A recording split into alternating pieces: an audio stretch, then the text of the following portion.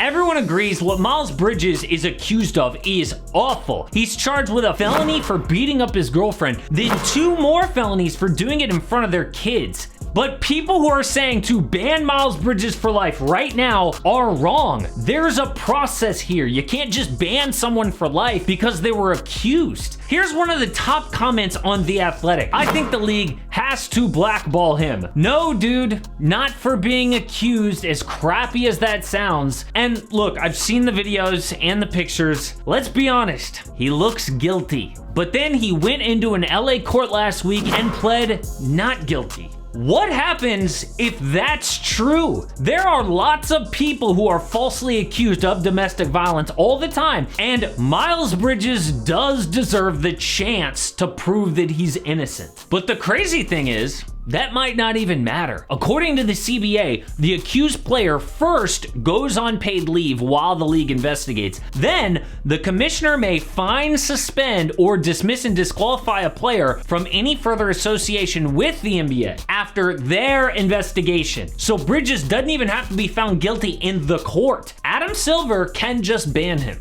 And I hate hearing people say, oh, he fumbled the bag. Like, dude, this is so much more serious than that. He was accused hours before becoming a free agent, projected to get a 5-year, $139 million contract. But you know what?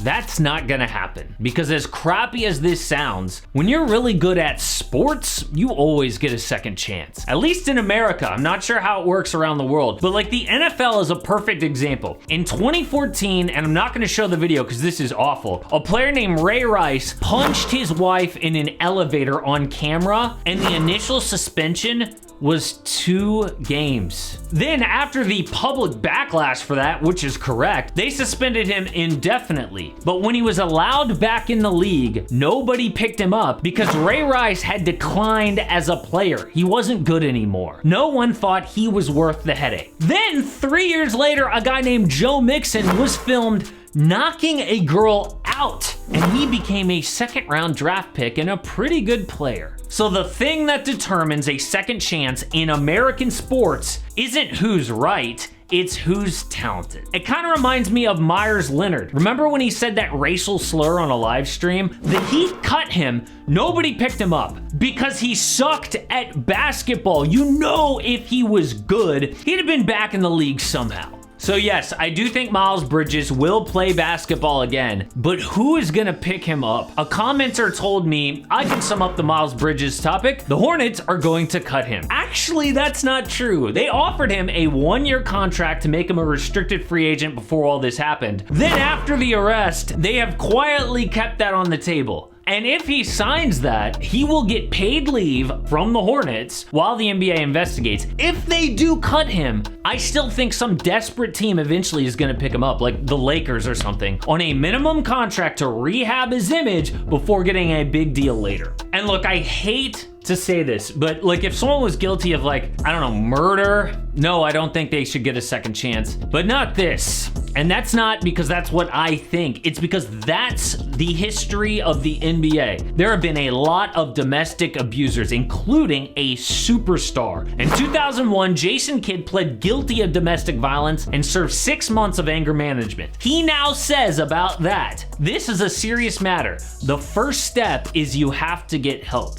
If you don't get help, nothing changes. A lot of people are afraid to talk, but it's all right to talk, like to a therapist. The fact is, a lot of NBA players, and we don't want to admit this, come from poor backgrounds and were abused themselves. Bridges is from Flint, Michigan, which is a really poor area with a high crime rate. And I am not excusing at all this allegation, but let's say he is found guilty, shows serious remorse, then he gets serious therapy and puts his life and his family back together. Who am I to then say he doesn't deserve a second chance? But if he's found guilty and he continues to say, I'm innocent, he shows no remorse, he doesn't want to go get help, like Jason Kidd said, then yes, throw him out of the league. That kind of person doesn't deserve a second chance. But it's so easy to get emotional just when we read the headline and want to ban Miles Bridges immediately. We just can't do that. We have to wait for this process to play out. And so do the Hornets, which is horrible from a basketball standpoint. This team made the 10 seed last year and basically made no moves in free agency. Yes, they re-signed Cody Martin. Congratulations. They are going to throw out basically the same roster without Miles Bridges and hope to be better.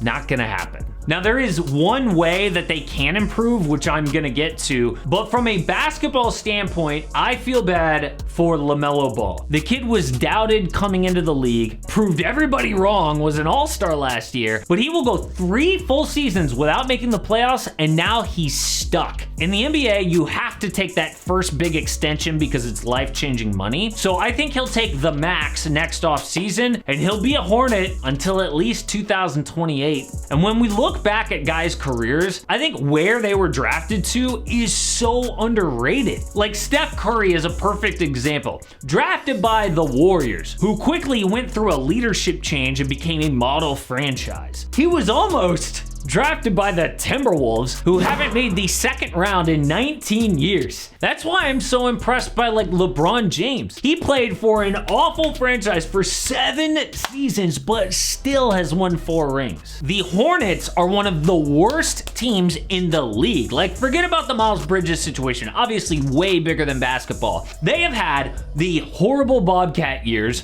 not a free agent destination, not really aggressive in team building, just fired a really good coach, James Borrego. Oh, and it would be nice to have Malik Monk right about now. Instead, they just gave up on him, and honestly, he was the best part of the Lakers season last year. Who I am looking at right now, though, is LiAngelo Ball. I mean, he played with the Hornets Summer League team again this year, and they have 2 roster spots available. Jello was in the G League last season, and you know what? He wasn't good. Scored about 4 points a night in 28 games. Obviously has a lot to work on, but Charlotte doesn't have a lot of options. Now, one thing they can do to improve is sign a free agent, because they still have their full mid-level available. And you might be wondering, who is still left out there? Here's a list. Colin Sexton, Montrezl Harrell, of course they'd be bringing him back, Dennis Schroeder, LaMarcus Aldridge, Carmelo Anthony, and Hassan Whiteside. So Charlotte has that $10.4 million mid-level exception, so my guess is they either bring back Harrell or they sign Dennis Schroeder. If they want bigger than that, like Colin Sexton, it would have to be in a sign and trade, moving Gordon Hayward's big salary with other assets. But even if the Hornets did have Miles Bridges,